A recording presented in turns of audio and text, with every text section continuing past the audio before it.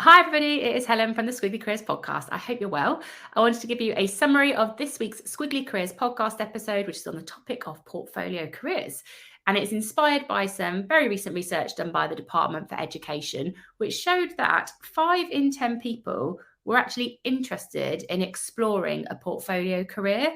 But the really big issue is that confidence is getting in a lot of people's way. So 45% of people said confidence would stop them pursuing it further. So in the podcast episode, we get really practical about portfolio careers. We start with what are the positives. And so here are a few to get you started. Portfolio careers, where you're doing more than one role in a working week, are really, really good for stretching your strengths because you'll be using them with different people and in different places. They're a brilliant way of increasing your impact, and they also increase your career resilience because you're less exposed to changes in one area. So in the context of a squiggly career, stretching your strengths, increasing your impact, and giving you more career resilience is a really positive thing. Then we focus on some of the practicalities of having a portfolio career. So here are 3 in summary for you. The first is that you really want to join the dots in terms of your development. So rather than doing a collection of random roles, think about what the common theme is across all of them. So maybe it is your professional expertise, and what you're doing that is developing that with different people in different places so that you can have even more of that expertise, and perhaps you're building your brand at the same time. The other consideration is you've got to pick your pattern. So take control of how you're going to spend your time on a portfolio career. Otherwise, it can feel overwhelming and a little bit messy because all of those roles blur into one. And instead of the blur, you really need to protect your boundaries. And that's useful for you and your colleagues in those different areas that you'll be working in.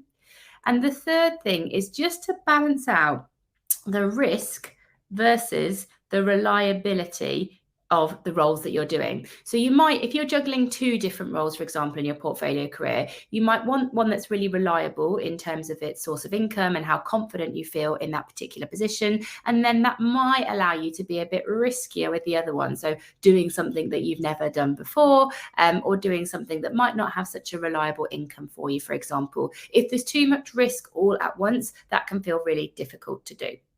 Now, if you want a bit of support getting started, you might be interested in the work that the Department of Education are doing in helping people work both in industry, so the area that you have professional expertise in, and work in further education at the same time. And there is loads and loads of support to get you started.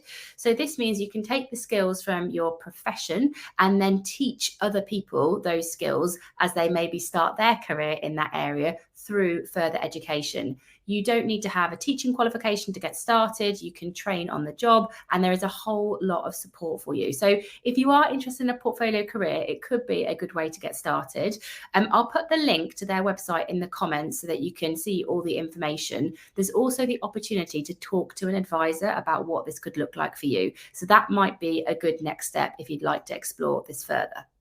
But hopefully that feels like a useful topic. We would love to hear any insights and ideas you get from listening, and any other topics that you would like Sarah and I to talk about in the future.